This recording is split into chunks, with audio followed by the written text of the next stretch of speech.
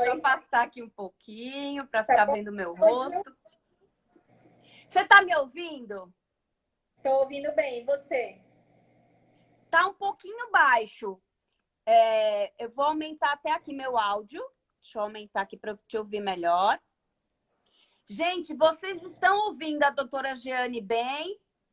Fale aí um pouquinho, Jeane. Oiê, boa noite, pessoal. Obrigada pelo convite, Karina. Quanta gente legal, bonita no pedaço.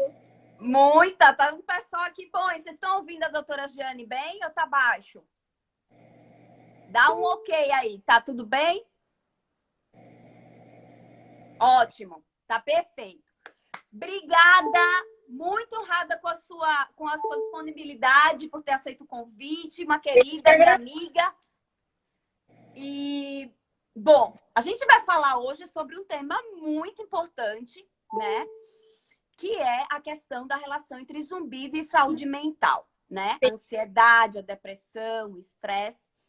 Antes da gente entrar realmente, né? Eu vou querer primeiro que você se apresente, né? Fale um pouco do seu trabalho para que os nossos seguidores possam saber, né? De quem é a doutora Jeane. E depois eu vou continuar fazendo as perguntas. Pode se apresentar. Oi, pessoal. Meu nome é Janete Sica. Eu sou chefe do grupo de pesquisa em Zumbido, do Hospital das Clínicas, da Faculdade de Medicina da USP. A gente trabalha semanalmente com um grupo de pacientes, né, que precisam de apoio e tratamento. Inclusive a Karina faz parte também desse grupo, ela frequenta, ela nos ajuda. E eu estou à disposição de vocês durante a live, depois dela, se precisar. Ótimo.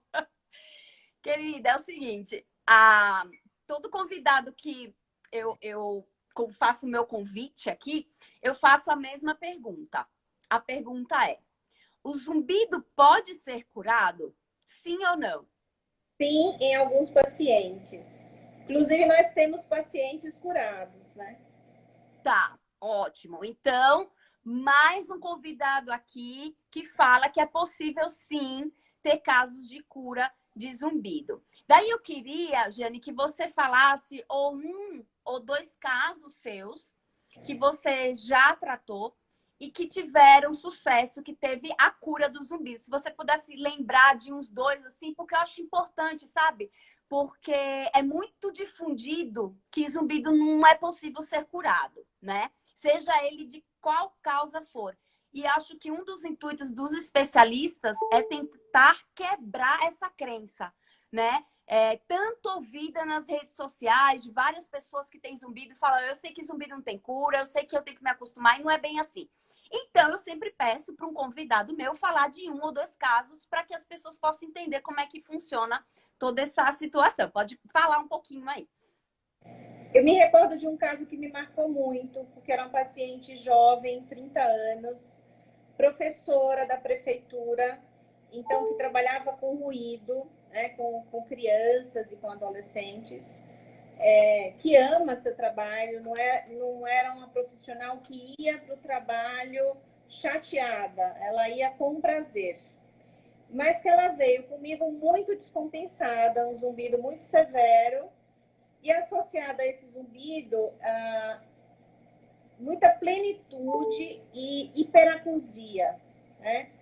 Então, assim, essa sensibilidade a sons dela era o que marcava muito a história. E ela falava assim, e ela chorava durante a consulta, e ela me dizia, doutora, eu não sei o que fazer, porque eu não quero ficar em casa, porque eu sinto que em casa, sem fazer nada, o meu zumbido piora. Então, eu me esforço para ir ao trabalho, mesmo tendo atestado o afastamento, porque lá, pelo menos, eu sou útil e faço alguma coisa e eu me distraio do zumbido. Mas, ao mesmo tempo, quando eu estou lá, ele piora por conta do excesso de som e de ruído ambiental. Então, ela tinha aí uma dificuldade, porque para ela ficar em casa era ruim, para o trabalho era ruim, né? E ela chegou muito desamparada, porque falaram para ela que não tinha nada que fazer. Ela já tinha passado com vários otorrinos, E no final ela se esforçou para pagar uma consulta particular, acabou passando comigo. E essa paciente teve uma melhora incrível em 1 mês de tratamento. Ela voltou comigo em 1 mês de tratamento, ela era outra pessoa. E o que mais me chamou a atenção é que ela foi muito grata. Ela, assim, ela dizia, doutora, eu agradeço porque você me acolheu, me ouviu, né? E mostrou um caminho. Então, Uhum. assim, a gratidão foi uma coisa que me chamou muita atenção nela. Eu ainda acompanho ela, porque, na verdade, eu iniciei um tratamento com uma droga psicotrópica. Hoje ela não tem mais zumbido, mas ela tem um espectro de base, né? Que favoreceu toda esse boom aí. Foi tudo junto, morte de familiares, ela teve pânico, junto o zumbido, a hiperacusia, etc. Então, assim, hoje ela não tem mais zumbido, mas ainda passa comigo a cada 6 meses e trata. E ela me adotou como psiquiatra dela. Ela faz terapia regularmente, né? E é uma fofa, é uma fofa. Ficou curada. Então, Jeane, então foi assim, só para quem está nos ouvindo entender. O que fez realmente esse zumbido dela ir embora foi o uso de medicamento e terapia, ela fez também? Olha, cá, como ela tinha hipersensibilidade a sons, eu iniciei o medicamento e terapia sonora. Eu pedi ajuda a Patrícia Simonetti, que é a nossa fonoaudióloga. Um Essa aparelho? um aparelho com estímulo sonoro, ondas do mar, que ela não usou muito tempo, usou uns 2 meses, mas foi importante para o alívio e para essa sensação de controle que a paciente precisa ter no começo. Depois ela devolveu o aparelho e acabou não adquirindo, mas eu diria que o principal foi o tratamento medicamentoso, teve a terapia sonora e junto com isso ela viu que precisava também fazer terapia, psicanálise, justamente para tratar as questões internas dela, ressignificação das coisas, porque existiam traumas e situações emocionais associadas. Perfeito, muito bom, muito bom, muito bom o relato. Bom, vamos começar a falar um pouco aqui, já dentro do nosso tema. A gente não poderia deixar de falar sobre a situação atual do distanciamento social, dessa questão toda ligada ao Covid-19, ao coronavírus.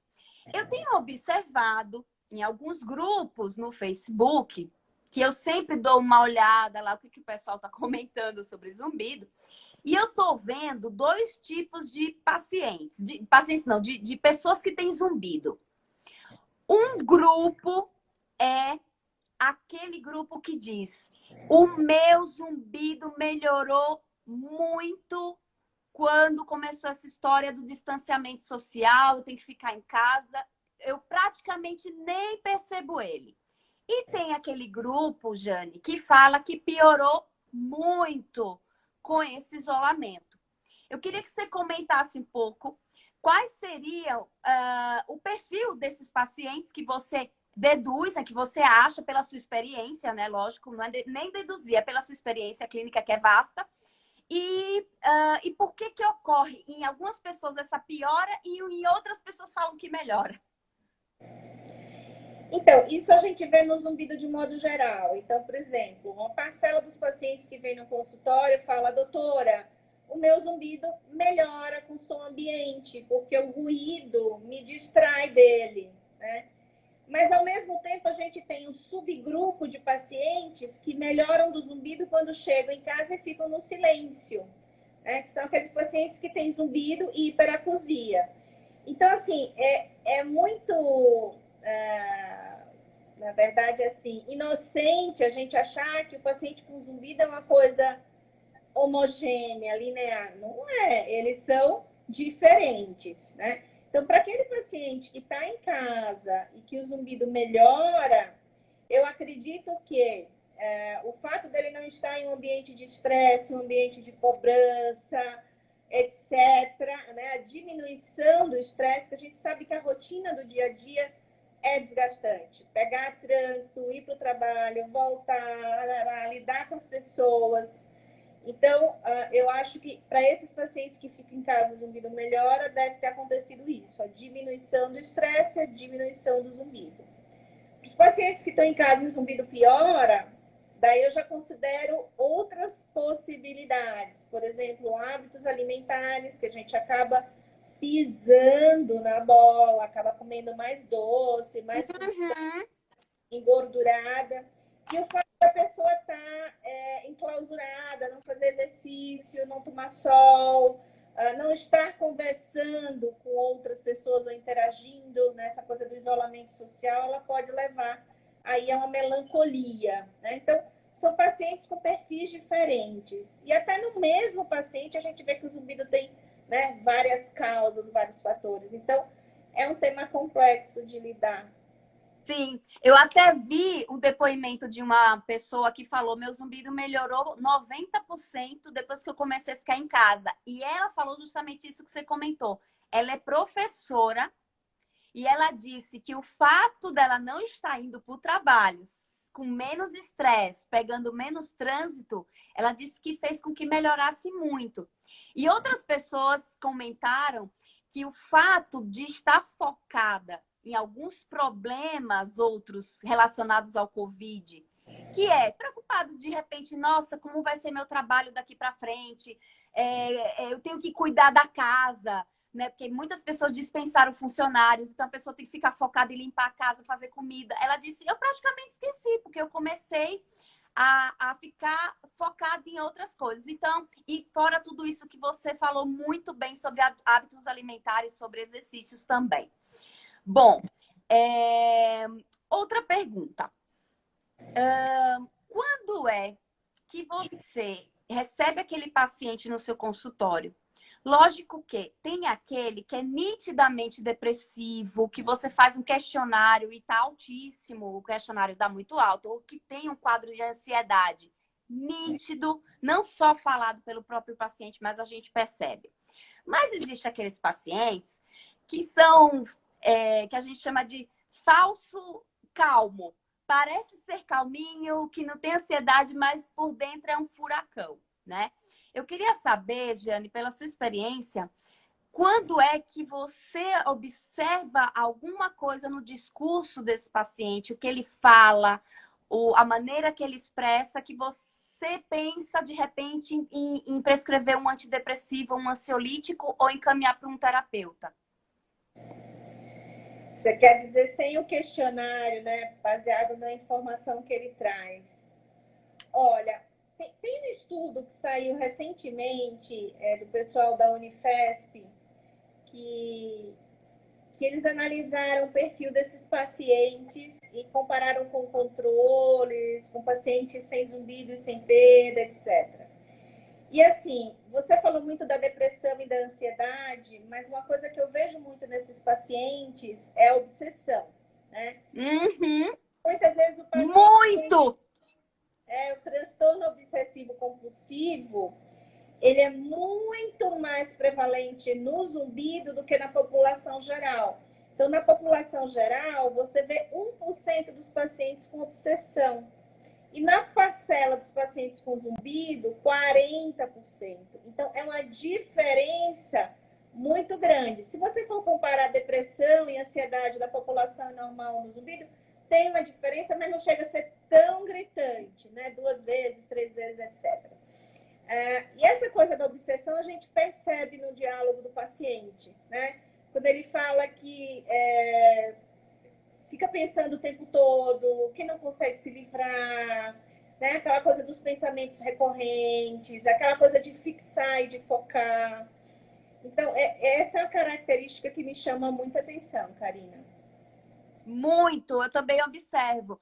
Como, por exemplo, tem pacientes que falam assim: olha, eu não aceito eu não aceito só habituar, eu só aceito se for a cura. Se eu ficar com esse zumbido baixo, sem me atrapalhar em nada, eu não aceito.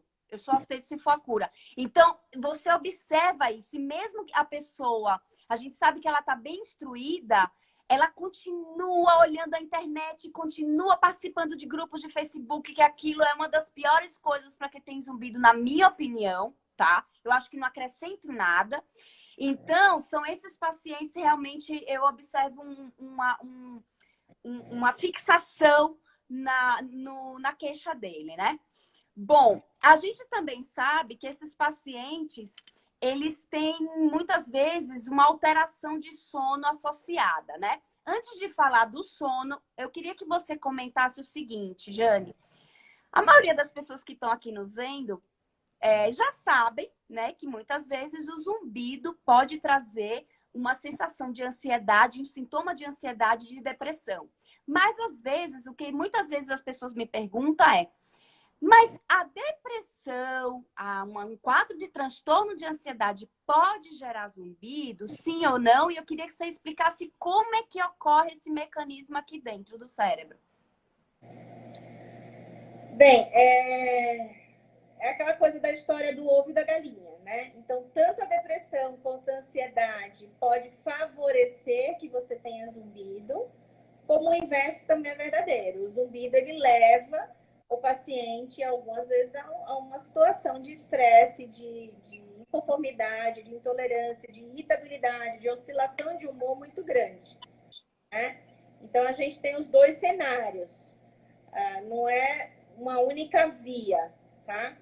O que acontece é o seguinte, dependendo de como esse zumbido apareceu, dos eventos estressantes, dos eventos gatilhos e também de fatores intrínsecos genéticos do próprio paciente, porque tem genes que predispõem a essa neuroplasticidade. O que é a neuroplasticidade? É a capacidade que o nosso cérebro tem de se adaptar às mudanças ou de se adaptar aos estímulos ou ausência de estímulos que vem da periferia.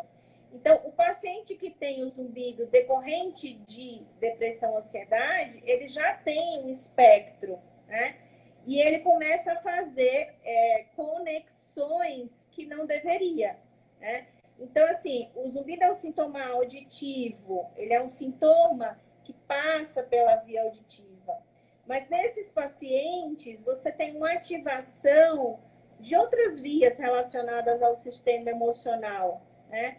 Ao sistema de ansiedade, ao sistema de monitoramento, ao sistema, inclusive, do sono, aí, do ciclo circadiano, né? Vigília e sono. Então, mas tem muita coisa, Karina, que a gente ainda não sabe, né? Mas o que a gente sabe é isso, que existe ativação aberrante, ou anormal, ou atípica, vamos dizer assim, dessas vias, além da via auditiva. Quando a gente estuda medicina, a gente acha que é tudo em caixinha, né? O sistema muscular, o sistema de dor, o sistema auditivo, etc. O sistema respiratório. Mas lá no cérebro as coisas se comunicam e se misturam, né? E nesses pacientes acaba havendo uma ativação a mais que não deveria. Perfeito. Tem alguns estudos, principalmente esses estudos relacionados à neuroanatomia, né? Principalmente também aqueles que pegam ressonância magnética funcional, enfim. Tem alguns autores que eles falam que o ponto-chave para desligar a percepção do zumbido seria pelo sistema límbico, como se fosse uma alça inibitória. Você concorda com isso? Eu acho que é uma visão muito simplista, né? Eu não acho que no zumbido as coisas lineares, elas funcionam para todos os pacientes. Eu acho que cada paciente é um paciente e precisa ser ouvido. E eu não acho que é só o sistema límbico. E eu estou falando isso porque uma aluna nossa que você conhece, a Patrícia Simonetti, ela fez um estudo bonito com neuroimagem, a gente ainda não conseguiu publicar, mas ela mostra aí áreas como o cerebelo e a região frontal atuando na percepção desse sintoma, né? O cerebelo é um mini cérebro que a gente tem aqui nessa região de trás, né, do cérebro. E ele tem uma função regulatória, né, acelerador e freio. E parece que nesses pacientes essa função ela está é prejudicada. Então, assim, eu não acho que é só o sistema límbico, eu acho que você tem outros sistemas envolvidos, e isso, é claro, varia de paciente para paciente. Muito bom, perfeito. Agora, o Jeane, bom, tem até uma pergunta aqui que você já comentou, né? Que nesses casos pode entrar com algum antidepressivo, ansiolíticos associados e terapia cognitiva comportamental. Só que o que a gente sabe, né, Jeane, que precisa se ter alguns cuidados. É verdade que alguns antidepressivos eles podem dar zumbido? Sim, é verdade, tá? Agora, o que eu vejo, Karina, mas isso é minha experiência, tá? Eu vejo duas coisas. Eu vejo a síndrome do withdrawal, que é a síndrome do desmame. Então, às vezes, o paciente suspende a medicação, ou o próprio médico psiquiatra desmama de uma forma muito rápida, e aí o zumbido aparece. E eu vejo pacientes que não têm zumbido e que, tomando determinada medicação, passam a ter. Então, assim, por esses motivos, o fato do paciente aparecer comigo, ter zumbido e ter indicação, não me inibe de prescrever. Porque eu acho que se ele já tem o zumbido, aquilo ali vai ajudar e não costuma piorar, tá? Mas essa é uma percepção clínica minha. Nunca li nada a respeito, é o que eu vejo aqui na prática. Perfeito. Eu particularmente, em 20 anos de experiência, eu nunca vi nenhum paciente meu trazer um relato de que o zumbido começou após antidepressivo. No meu caso, né? Que lógico que o meu caso tem um pouco de viés, porque eu pego muito zumbido somatosensorial, né? Bom, eu queria que você comentasse um pouquinho sobre esse lixão todo que a gente vê na internet, que a gente sabe que a internet é um campo um pouco minado, né? A gente sabe que ajuda por um lado, mas que por outro lado atrapalha, né? Eu observo nesses grupos, como eu falei, do Facebook, principalmente, onde é um grupo feito para debate entre pessoas que têm zumbido. E eu observo que de 100 comentários, 99% vai ser comentários negativos, vão ser comentários ruins, com uma conotação pesada. O que você, Jane, falaria para essas pessoas que ficam buscando informações na internet?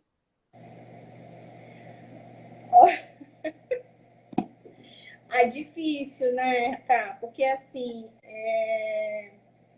na verdade, isso não ajuda em nada, né? Isso só piora, né? A gente vê aqui que o paciente que chega mal, ele chega mal porque ouviu de alguém que o zumbido não tinha cura nem tratamento. Isso não é verdade.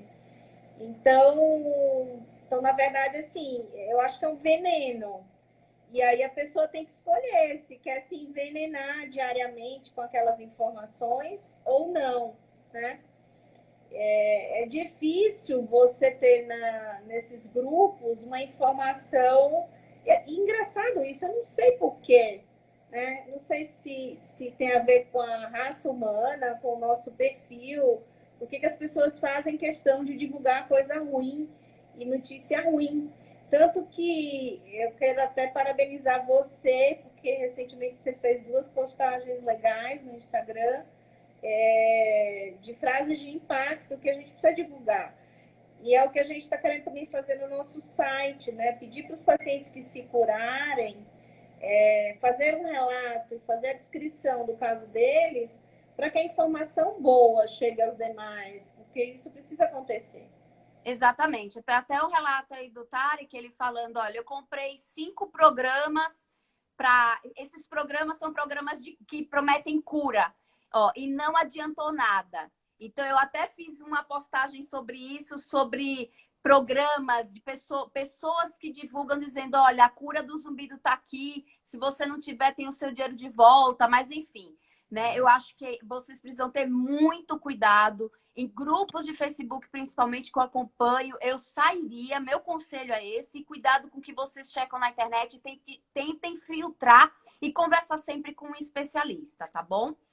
É... Outra pergunta. A hiperacusia, ela estaria mais prevalente nesses pacientes que têm essa questão da ansiedade e da depressão associada ao zumbido?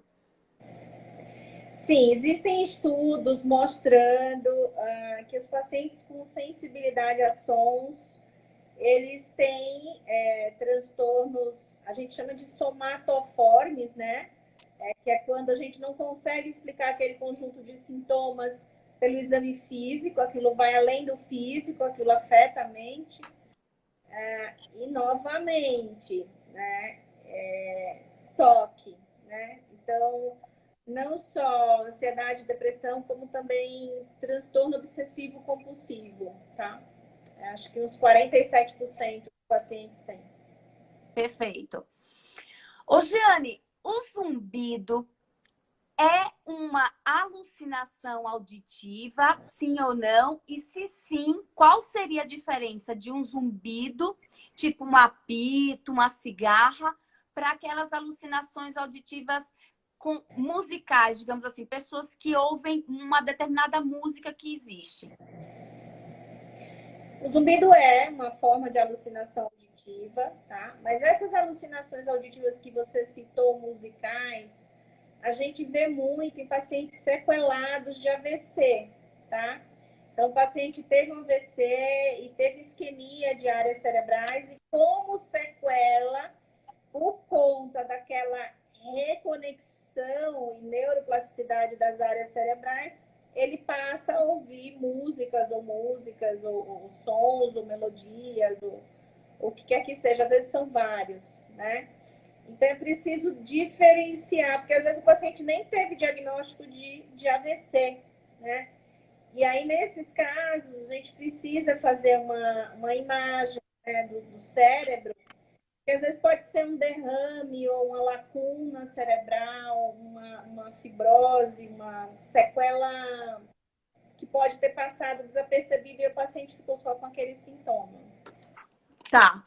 Uma certa vez eu li um pouco sobre esse assunto e alguns estudos falam que tem mais relação, além dos pacientes que teve AVC, em pacientes mulheres idosas e que têm quadros de depressão. No caso, às vezes ouvir uma voz chamando o próprio nome, ou até mesmo com músicas, né? Teve um caso, na época que eu fazia meu doutorado, lá no grupo de Zumbido, que teve um paciente que ele era palmeirense e ele ficava ouvindo diariamente o hino do Corinthians. Ai, meu Deus!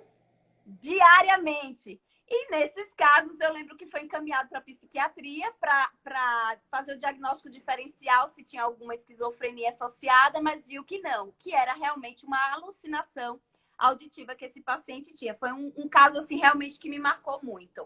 Sim, você tem um ponto aí importante que eu acho que eu esqueci de comentar, né? Dessas alucinações, a gente precisa também ficar alerta, porque pode ser aí algum distúrbio psiquiátrico, esquizofrenia, como você bem frisou. Perfeito. Outra coisa também, Jane, eu queria que você comentasse da associação de hábitos alimentares com pacientes que têm algum transtorno de saúde mental. No caso, para quem é muito ansioso, acaba se acabando um pouco muito no doce. Você percebe isso na prática clínica? Que às vezes isso pode fazer piorar mais ainda o zumbido? Sim, eu acho que o açúcar é um grande vilão do nosso século atual, do século passado.